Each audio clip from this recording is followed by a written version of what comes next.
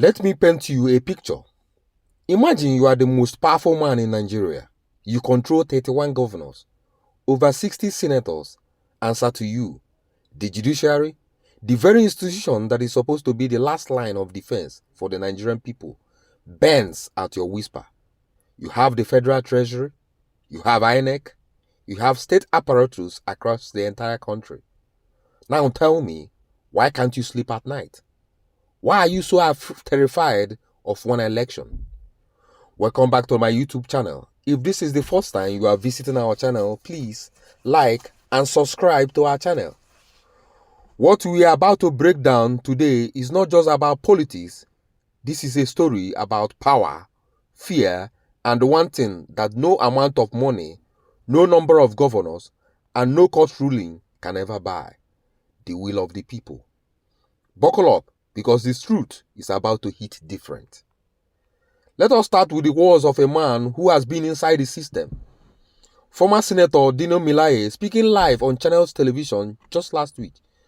Melaye looked into that camera and said what millions of Nigerians are thinking. He said, "I want you to hear this clearly. I am personally shocked as to why they are panicking. They have 32 governors, have taken over. So why are you afraid? Why are you afraid?" That is not a question from an enemy. That is a question from someone who understands the system. Someone who knows that when a ruling party with this much power is still sweating, something deeper is going on. And then Melaye said something that should take every Nigerian to their bones.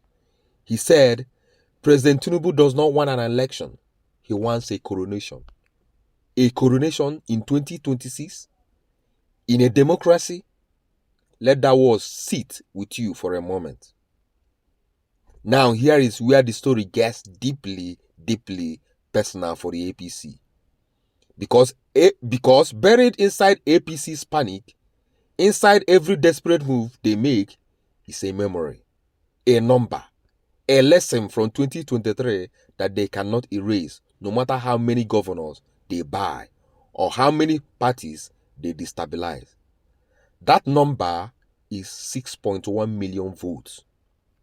In the 2023 presidential election, peterobi of the Labour Party scored 6,101,000 votes, making him the third place candidate in official results. But here is what those code numbers don't tell you. Here is what makes the APC wake up in the cold at night and sweat at 3 a.m. peterobi had no governor behind him, not a single one, and he still peeled millions of votes across Nigeria. Think about what that means in a country where governors are supposedly the political machinery, the engines that deliver votes, intimidate opponents, and mobilize communities. One man stood up with no structure, no state apparatus, no government resources, and still got over 6 million Nigerians to stand in the sun and vote for him. He even won Lagos, Tinubu's own stronghold, the state Tinubu built from the ground, the city that was supposed to be untouchable, where Obi got over 582 votes, edging ahead Tinubu's 572 votes. Read that again. peterobi beat Tinubu in Lagos, in Tinubu's Lagos. And if you combine the votes of the three main opposition candidates in 2023, Obi, Atiku, Kwankwaso, they polled a combined 14 million votes against Tinubu's 8.7 million votes.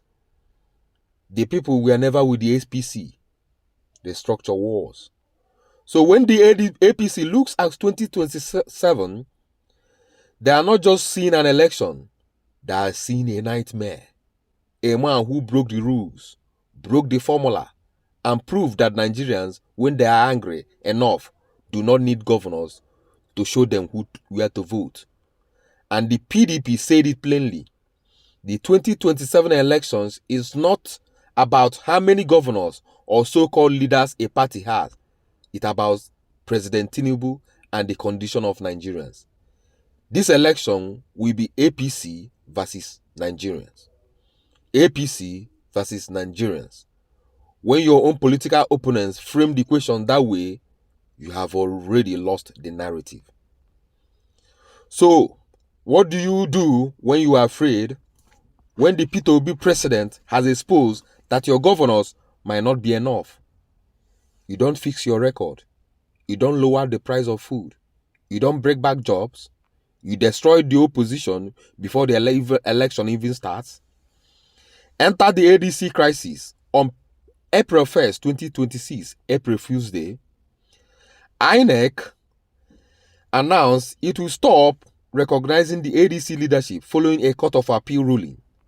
And as one of the analysts bluntly observed, whatever the legal language, the political effect was unmistakable.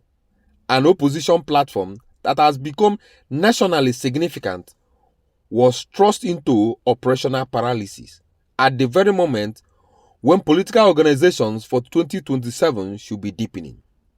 The ADC spokesperson accused the APC directly, saying Tinubu and his ruling party were deliberately instigating crisis within opposition parties with the goal of making Nigeria a one-party state. And former Governor Rotimi Amechi, now in the ADC, stood at a protest in Abuja, delved the line of the year. They claim to be popular, so why are they afraid of elections? But nothing exposes the fear of this government more than what was quietly buried in Nigeria's 2026 budget. The federal government has proposed a staggering 135 billion under the heading Electoral Adjudication and Post-Election Provision, meaning they are already budgeting for the avalanche of legal battles they expect after the 2027 election. This is not confidence, that is confession. Critics have pointed out that this 135 billion election litigation budget is nearly half of INEC's entire operational budget for 2026, which stood at 171 billion. They are spending nearly as much as preparing to win in court as INEC is spending to run the election itself. For many Nigerians and legal experts, this is a quiet admission that the 2027 election may not be won at the polls, but in the courtroom. And then there is Southeast Vanguard newspaper painted. Southeast Vanguard newspaper painted a picture recently that I want you to feel, not just read.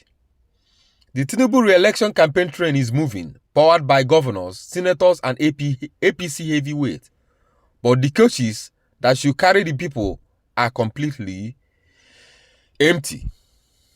Party leaders in the Southeast are spending more time talking to themselves and signaling loyalty than actually engaging with ordinary Nigerians on the ground. And here is the image that will stay with me forever.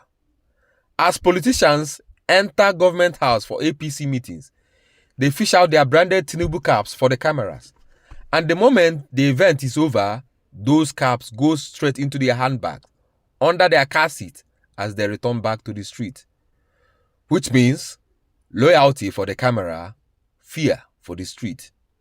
Even in the north, the Arewa Consultative Forum has rated Tinubu's performance as failing the region, citing marginalization in federal appointments, infrastructure, and policy, despite the North's decisive role in delivering his 2023 victory.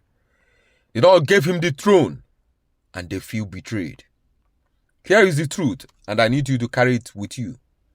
A government that must destabilize opposition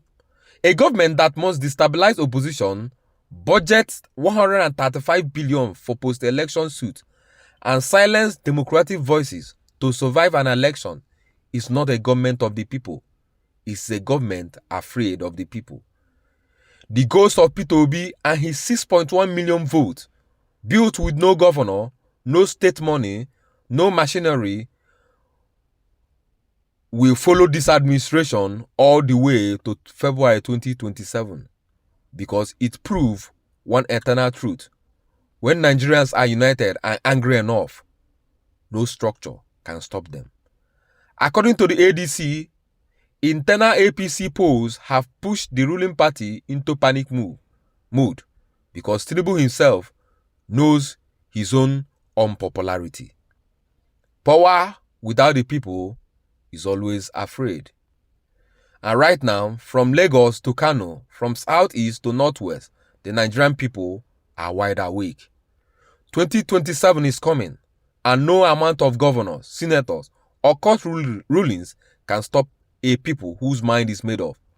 Like this video, share it, let Nigerians who need to hear this find it, and drop in the comments, do you believe 2027 will be free and fair? Until I see you on the next video, remain blessed.